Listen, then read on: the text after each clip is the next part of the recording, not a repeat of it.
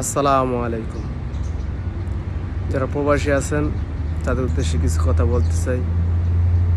ভাই, দেশের জন্য, ফ্যামিলির জন্য অনেক মেহনত করতেছেন। নিজের শরীরের দিকে খেয়াল রাখেন।